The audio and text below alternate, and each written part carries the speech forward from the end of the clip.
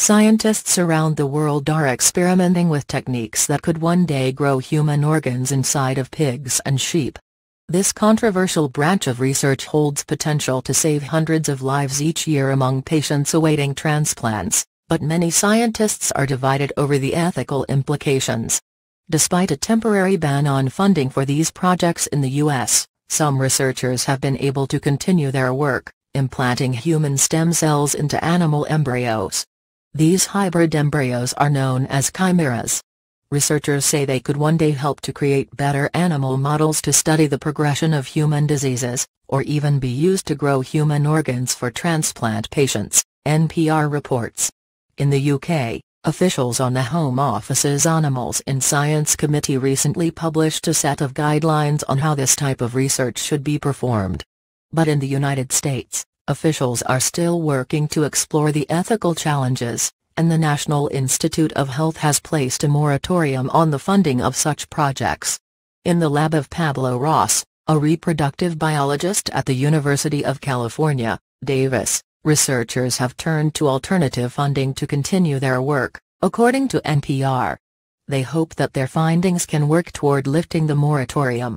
While the idea of human-animal hybrids raises the alarms for some, Ross explains to NPR that the team is not trying to make a monstrous creature. Instead, the researcher said that the work is ultimately intended to improve people's lives. Each year, hundreds of people die while waiting for a transplant. But in one example of the potential applications, Ross is working to grow a pancreas, which could one day be used to help patients with diabetes. To do this, the researchers use gene editing techniques to take the pancreas gene out of the pig embryo, NPR explains, using a laser to create a small hole in the outer layer of the embryo's membrane. Then, they inject a synthesized molecule that can delete the pancreas gene. Once the DNA has been edited, they then make another hole in the membrane to inject human-induced pluripotent stem cells. These are made from the skin of an adult human, and would reduce the risk of transplant rejection. The cells can turn into any kind of cell or tissue in the human body, and in a pig embryo, they have the same capabilities. This means they could go anywhere else in the body, including the brain, NPR explains. The researchers hope that the cells will work to take the place of the removed gene in the embryo to create a human pancreas. Once the IPS cells have been injected, the now chimera embryo is surgically placed into the womb of an adult pig. So far, the researchers are carrying out these experiments with caution. The embryos are allowed to develop until their 28th day, when primitive structures begin to form, and then they are retrieved and dissected, according to NPR. Many researchers have voiced concerns over these experiments, due to the uncertainty of the outcome. This includes the possibility of hybrid animals with a human-like consciousness, NPR reports. Ross works with researchers from the Salk Institute for Biological Studies in La Jolla, California, and Stanford University. And, they're not the only ones conducting these experiments. At the beginning of this year, it was revealed that scientists at the Salk Institute in California and the University of Minnesota had created hybrid embryos with the aim of growing human organs inside farm animals such as sheep and pigs. Around 20 animals have been impregnated with human-animal hybrids, which were created by injecting human stem cells into an animal embryo. These embryos were then implanted into a pig or sheep, but none of the hybrids have been brought to full term. The work has spurred a massive ethical debate.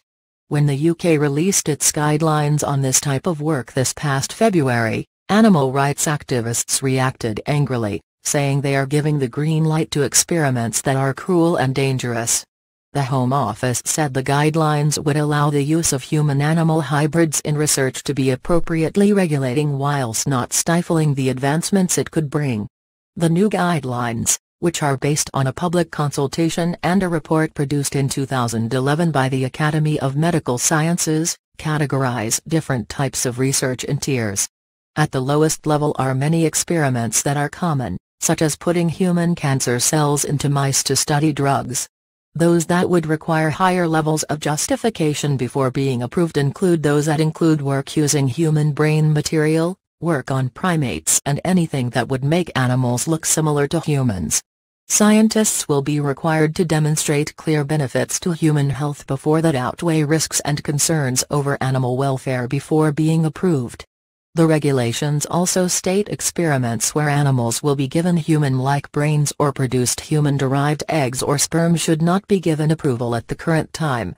Research using animals containing human material is an area of huge potential, but one that also requires a robust ethical and regulatory framework to develop within, said Martin Bobrow, chair of the working group that produced the Academy of Medical Sciences report. Not only is the creation of animals containing human material cruel, it's also an inaccurate science that wastes resources, delays real medical progress and can endanger human life, said Dr. Julia Baines, science policy advisor at animal rights group PETA. Animal mothers undergo invasive procedures to insert human material into their offspring, and the young often die prematurely or suffer from unpredictable abnormalities, such as malfunctioning organs or rampant tumor growth.